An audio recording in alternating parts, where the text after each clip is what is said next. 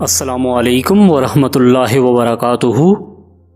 ایک نوجوان نے درویش سے اپنے لیے دعا کرنے کو کہا۔ درویش نے نوجوان کے کاندھے پر ہاتھ رکھا اور بڑے جذبے سے دعا دی، اللہ تجھے آسانیاں بانٹنے کی توفیق عطا فرمائے۔ نوجوان نے یہ دعا سننے کے بعد حیرت سے کہا، حضرت الحمدللہ ہم اپنا مال پاک کرنے کے لیے ہر سال وقت پر زکوٰۃ نکالتے ہیں، بلاؤں کو ٹالنے کے لیے حسب ضرورت صدقہ دیتے ہیں، اس کے علاوہ ملازمین کی ضرورتوں کا بھی خیال رکھتے ہیں، یہاں تک کہ ہم نے اپنے ملازمین کے بچوں کی تعلیم کے اخراجات بھی اٹھا رکھے ہیں، اللہ کی توفیق سے ہم تو کافی آسانیاں بانٹ چکے ہیں۔ نوجوان کی بات سن کر درویش تھوڑا سا مسکرائے اور بڑے دھیمے اور میٹھے لہجے میں فرمایا، میرے بچے، سانس، دولت اور کھانا یہ سب تو رزق کی مختلف قسمیں ہیں، یاد رکھو رازق اور رزاق صرف اور صرف اللہ تعالیٰ کی ذات ہے۔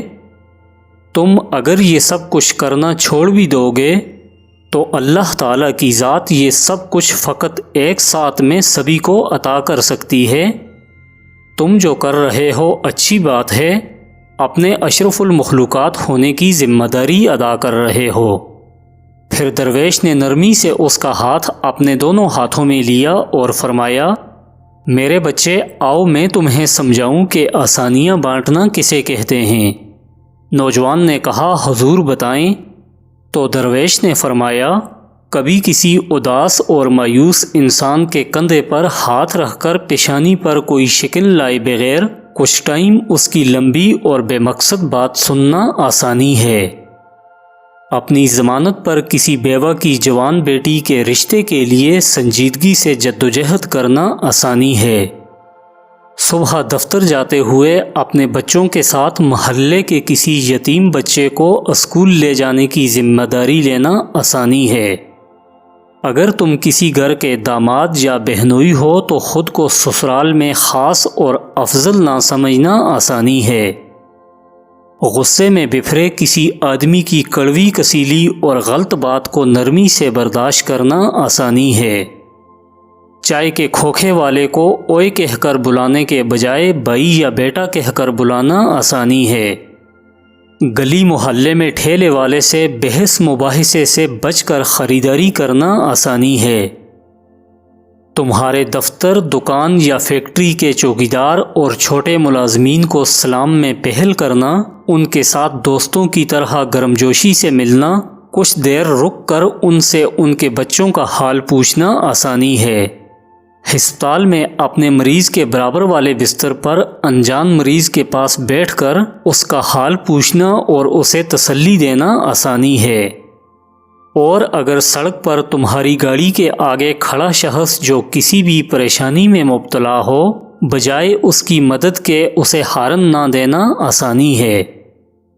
درویش نے حیرت میں ڈوبے نوجوان کے سر پر شفقت سے ہاتھ پھیرا اور سلسلہ کلام جاری رکھتے ہوئے دوبارہ متوجہ کرتے ہوئے فرمایا، بیٹا جی، تم یہ آسانی پھیلانے کا کام گھر سے کیوں نہیں شروع کرتے؟ میری مانو، آج واپس گھر جا کر باہر دروازے کی گھنٹی صرف ایک مرتبہ دے کر دروازہ کھلنے تک انتظار کرنا، جب دروازہ کھل جائے تو سلام کر کے باادب داخل ہو جانا۔ آج سے باپ کی ڈانٹ ایسے سننا جیسے تم لگن سے موسیقی سنتے ہو۔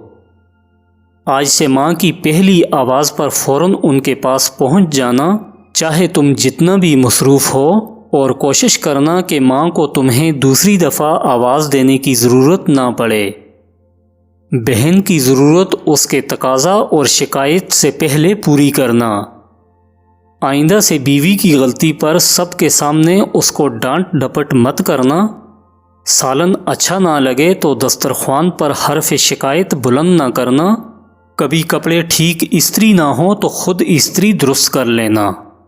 میرے بیٹے، ایک بات یاد رکھنا، زندگی تمہاری محتاج نہیں، تم زندگی کے محتاج ہو۔ منزل کی فکر چھوڑو، اپنا اور دوسروں کا راستہ آسان بناؤ، انشاءاللہ تعالی منزل خود ہی مل جائے گی۔ میرے بھائیو، آئیں صدقے دل سے دعا کریں کہ اللہ تعالی ہم سب کو آسانیاں بانٹنے کی توفیق عطا فرمائے۔ والسلام۔